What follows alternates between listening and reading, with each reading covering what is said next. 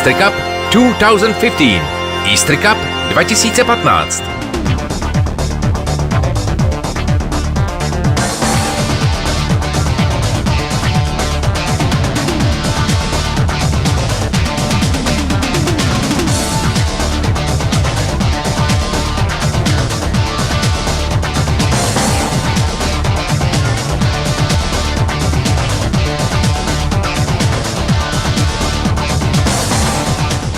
Slavnostní zahájení ročníky 2005-2006. Já tady vítám primátora města Mostu, pana Jana Paparegu. Hezký den. Hezký den. Letos máme, nebo v tuto chvíli máme ročníky 2005-2006, to jsou 10letí kluci, 9letí. Co vy jste dělal jako malý kluk za sport? Tak já jsem od 7 let závodně plaval, rychlostní plavání. A vydrželo to do dneška? Nevydrželo bohužel, vydrželo mi to asi do poloviny vysoké školy. A nicméně i tam v tom plavání jsem dosáhl docela dobrých výsledků, mám nějaké medaile z mistrovství Evropy, mistrovství světa, takže doporučuji každému sport. A je teď nějaký sport, který je pro vás opravdu ten který rád děláte?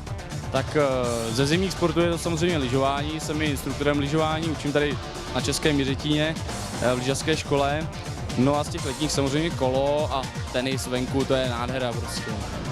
Co si myslíte, že městu Most schází? Jaký sportovní odvětví? Co by se tady mohlo zlepšit? Tak to je těžká otázka. Já si myslím, že Most má komplexně pojaté a řešené všechny sporty napříč. Konec konců zhodnotili to komisaři, kteří nám udělili pro letošní rok titul Evropské město sportu a nevidím tady mezery. My jsme na hokeji. Docela dobře se daří letos Litvínovu, blíží se mistrovství světa. Vy máte určitě skvělou pozvánku pro všechny Mostečany, že by se něco mohlo dít na náměstí v Mostě. Je to tak, rozhodli jsme se, že budeme, pokud Verva postoupí, vysílat zajímavé zápasy, možná i celé finále, celou finálovou sérii a samozřejmě v návaznosti na blížící se mistrovství světa budeme vysílat minimálně první zahajovací zápas a poté, jak se bude dařit našemu týmu. My moc díky a ať se daří, díky. Děkuji za rozhovor.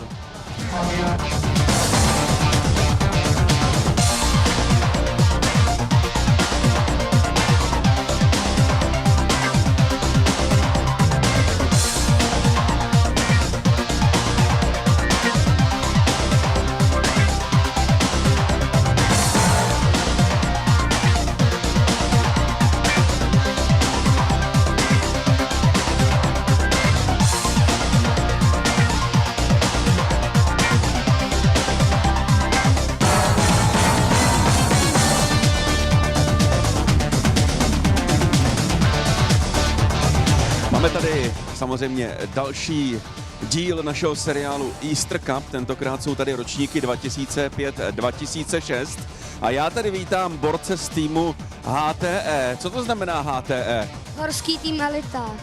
A co znamená to horsky? To je jméno vlastně našeho hlavního trenéra. Jasně, kluci, odkaď jste? Já z Long. Já ze Žace. To znamená takovýto centrum, epicentrum HTE, kde máte? Máme Kde trénujete, kam patří? v Lounech. V Lounách. Takže Já. vy jste lounský nebo chomutovský tým? Lounský. A hostuješ ještě Chomutov. Kluci, hrajete v útoku, v obraně, v bráně, Útok. Obrana. obrana, takže takhle hezky to máme spojený. Kdo je vaším hokejovým vzorem? Asi Herku. Tomáš Renko. Tak máte stejný vkus a kam byste to chtěli dotáhnout? Do NHL. Do NHL. Taky, tak kluci, už jste tady dali na turnaj nějaký gól? Jeden a ty jako 4. Výborně, tak to je skvělý. Já vám přeju hodně hokejových úspěchů, ať se daří, jo? Jo, děkuju. Děkuju.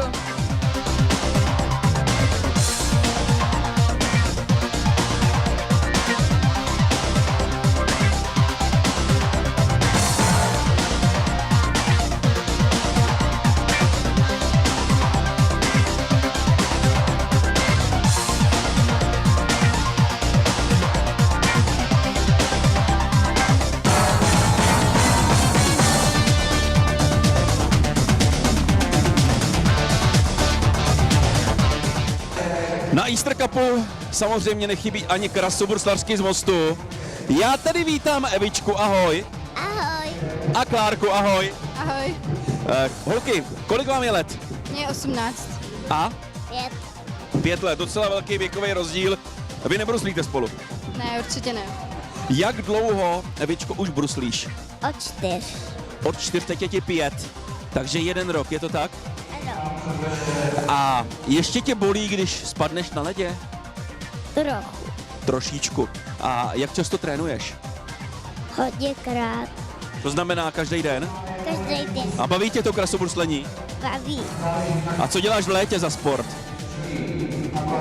Třeba jezdíš na kole? Já už si to nepamatuju. Jasně, tak my ti popřejeme, ať se ti daří, díky moc. A Klárko, jak ty často trénuješ? Já jelikož studuju gymnázium a už jakoby se zaměřuju spíš vlastně na to studium, tak 3krát do týdne. 3krát do týdne. Zeptám se tě, koukáš i na hokej? Určitě. Líbí se ti kluci hokejisti? Chodím s golmanem. A jaký je podle tebe nejlepší hokejista? Mně se líbí Tomáš Plekanec. A nejlepší krasobruslařka nebo krasobruslař? Krasobruslařka Kira Korpy a krasobruslař Brian Žuber. Tak my tě popřejeme, ať se ti v krasobruslařské kariéře i nadále daří, měj se hezky. Děkuji moc, nashledanou.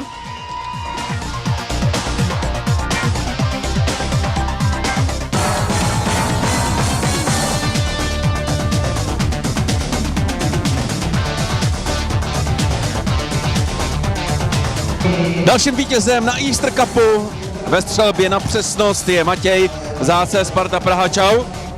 Dobrý den. Řekni nám, jsi útočník nebo obránce? Obránce. Už jsi dal gól? 2. Tady na tomhle turnaji? Jo. A jinak v zápasech, kolik jsi tak nastřílel gólů už? Nevím. Neděláš si statistiku? Ne. Hele, vy hrajete kluci hokej, jste ročník 2005-2006, máte určitě nějaký soutěže, že jo, a tak. Kdo si myslí, že byl zatím nejsilnější tým proti vám? No, asi Most. Mostecký. Zeptám se tě, kdo letos vyhraje Extraligu? Sparta. Věříš tomu, jo? Jo. A ty fandíš Spartě od začátku? Jo. I ve fotbale? Jo. Takže jsi Spartan prostě srdcem i duší. Jo. Kde by si chtěl hrát, až budeš velký? V extralize na Spartě. Na Spartě. A kdo je tvým vzorem hokejovým? Jarda Hlinka. Tak, ať se ti daří, měj se hezky, ahoj. Nashledanou.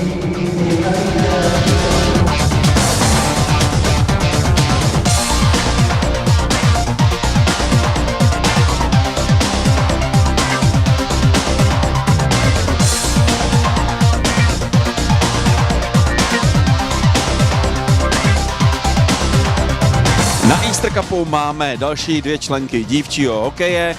Tvoje jméno? Andrá Ledvinková. A tvoje jméno? Eliška. Za co hrajete, holky? Odkud jste? Já hraju za Piráty a Klášterec. Takže z Klášterce? Z Pirátů. Jasně. A ty jsi odkud? Já jsem z Příbramě. A hraješ za Příbram. Jo, hraju. Jak dlouho hrajete hokej, holky? No, já tak asi od 3 let, nebo od 4. A proč zrovna hokej? Protože to chtěl tát a brácha to hraje taky. Aha, takže jste hokejová rodina. Asi jo. A ty nám řekni, jak dlouho hraješ ty hokej? Asi od 3 nebo od 4 let. A proč ty jsi vybrala hokej? Protože mi táta nabít, jestli chci krasobruslení nebo hokej, tak jsem vybrala hokej. Krasobruslí by si nechtěla, jo? Holky, vy to máte trošičku těžší, že jo? Na ten dívčí hokej se moc neupíná ta pozornost, ale zeptám se vás, máte nějakou hokejistku oblíbenou?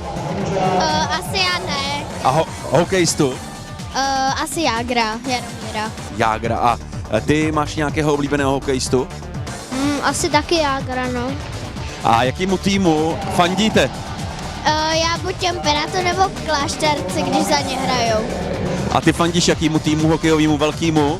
Ježiš, tak to je těžký, no. Nevím, tak Spartě, jakoby. Dobře, tak holky, ať se vám daří, mějte se. Děkujem, nashledanou. Naschledanou.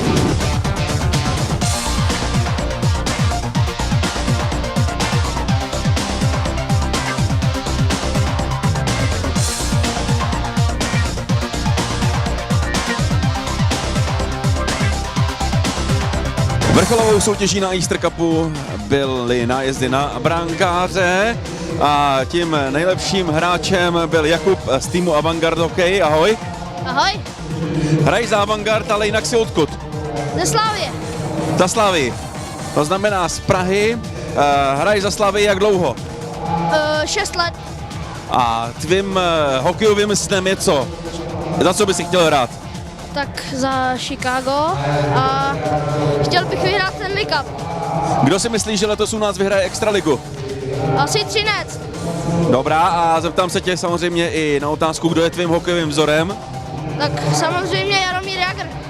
Tak jo, ať se ti daří, měj se hezky, ahoj. Díky.